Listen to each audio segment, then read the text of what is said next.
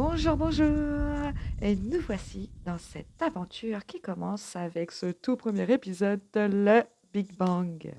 Un épisode certes quelque peu scolaire, tout comme le second, car il est important que nous partions sur les mêmes et bonnes bases. Alors je t'invite à profiter de ce départ tranquille, car par la suite, je te rassure, ça va un peu plus se secouer. Bonne écoute et bon visionnage!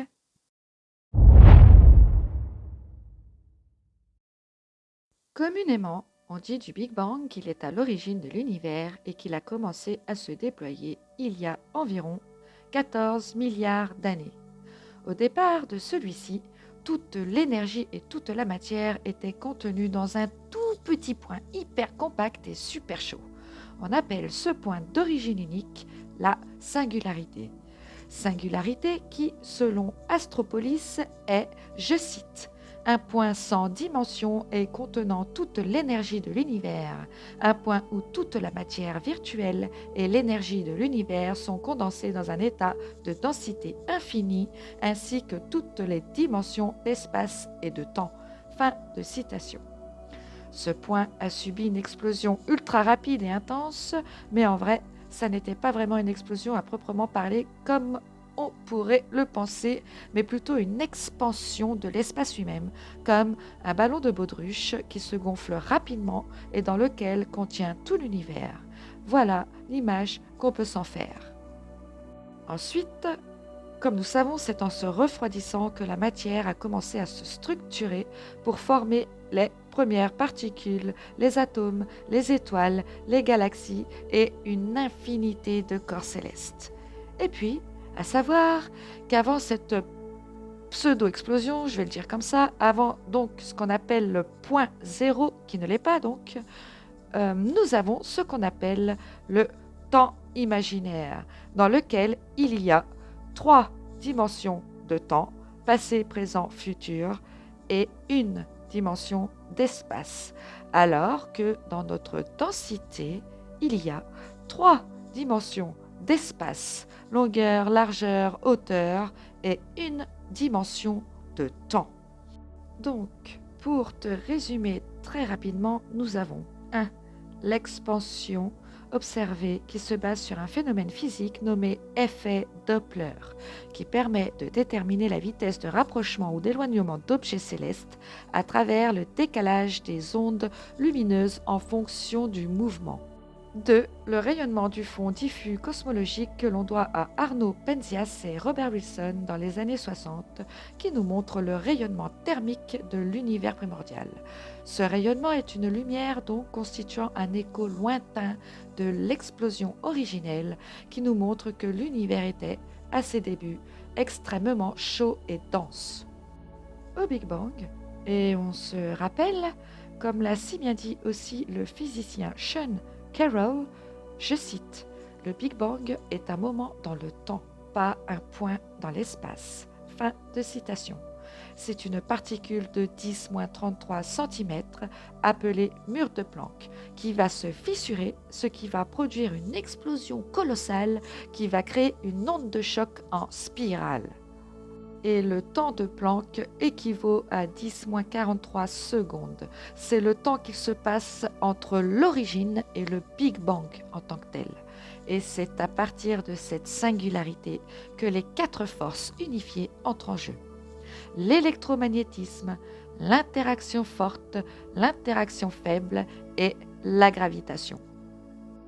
À ce pseudo-départ, donc, il y a de l'énergie qui est à la fois onde et particule. 1. Dans le temps imaginaire, l'énergie est sous forme de particules discontinues, potentielles et invisibles. Et c'est là, d'ailleurs, que l'on retrouve le champ des possibilités infinies. 2. Dans notre densité, l'énergie est sous forme d'ondes continues, cinétiques et visibles. Et c'est là que l'on retrouve le champ morphique des habitudes. Et c'est cette énergie cinétique qui crée un mouvement spiralé qui crée justement l'expansion de l'univers. Et cette spirale est rattachée à une suite mathématique que tout le monde connaît, la suite de Fibonacci. Et à savoir que cette énergie qui va créer des géométries qui vont se répéter dans l'infiniment grand à l'infiniment petit qu'on appelle fractal. De plus, comme l'a si bien dit Lavoisier, je cite, « Rien ne se perd, rien ne se crée, tout se transforme ». Fin de citation. Donc, l'énergie se conserve. Alors, notre univers est lié directement aux mathématiques et à la géométrie. Et donc, ce qui est en haut est comme ce qui est en bas d'Hermès Trismégiste. Cela signifie que l'énergie de lumière devient énergie de matière, dit grossièrement cette énergie rentre en résonance de l'invisible au visible et cela s'appelle holofractographie. Holo, c'est l'ensemble de quelque chose qui passe par l'énergie de lumière pour se matérialiser en 3D. La 3D, c'est la graphie. Et nous avons vu que le système est fractal, donc holofractographie. Comme nous l'avons dit tout à l'heure, la matière est une énergie qui a ralenti et s'est refroidie. Et la molécule qu'on retrouve le plus dans l'univers est le carbone. Et sa géométrie dessine une pyramide à base triangle qu'on appelle un tétraèdre. La matière est née d'éléments légers qui deviennent des éléments lourds. Et ces éléments légers sont, à la base, pure énergie. Effectivement, avant la matière, dans le temps imaginaire, il y a le son du Big Bang. Et c'est le son et ses fréquences qui ont créé la matière. Et c'est pour ça qu'il est dit dans la Bible, juste pour faire un petit parallèle, il y eut le Verbe. Au début, la parole était avec Dieu et Dieu était avec la parole. À savoir que dans le temps imaginaire, le temps n'est qu'information. Informe, pas de forme. Et c'est justement par le son que c'est véhiculé l'information.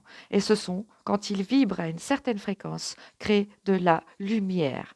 Et l'information qui passe par la lumière est visible. Donc, la lumière crée de l'information, de la matière et de l'énergie visible. Mais toute cette énergie, dite du vide, qu'on appelle la matière noire, est invisible et possède à l'intérieur d'elle un système sous-jacent qui gère tout l'univers. En fait, il y a une intelligence derrière. Et pour aller encore un peu plus loin, on parle d'intelligence réflexive, c'est-à-dire que l'énergie de ce qui existe revient à sa source avec l'expérience de l'existence, l'expérience du vivant. Alors, on peut comprendre maintenant que de par cette énergie et grâce aux géométries qui nous composent, nous et l'univers, il est possible d'entrer en résonance, de communiquer avec d'autres plans d'existence. Mais cela fera certainement l'objet d'un autre épisode. Finalement, je dirais que comprendre le Big Bang n'est pas une fin en soi, si tu m'as bien suivi, mais plutôt un départ vers un voyage intellectuel et spirituel sans fin. Rappelle-toi, à l'école, on nous avait enseigné que notre système solaire s'est formé il y a 4,6 milliards d'années et on nous a appris un certain modèle concernant sa structure. Et c'était ceci. Et oui, c'est le modèle héliocentrique où nos planètes tournent autour du Soleil, tu te rappelles? Mais aujourd'hui, on sait que ça n'est pas tout à fait juste. Le Soleil n'est pas stationnaire. Il se déplace à la vitesse extrêmement rapide d'environ 820 000 km/h. Et notre système entier est en orbite autour de la Voie lactée. Donc, les planètes traversent l'espace avec le Soleil à une vitesse folle et créent littéralement une hélice géante d'ADN d'origine cosmique et un vortex semblable à notre galaxie, la Voie lactée, en créant une onde sinusoïdale sans fin. En d'autres termes, si tu veux, de la même manière que les planètes tournent autour du Soleil, celui-ci tourne également autour du centre de la galaxie. Et ce mouvement de vortex est caractérisé par des mouvements rapides et circulaires des planètes et du soleil.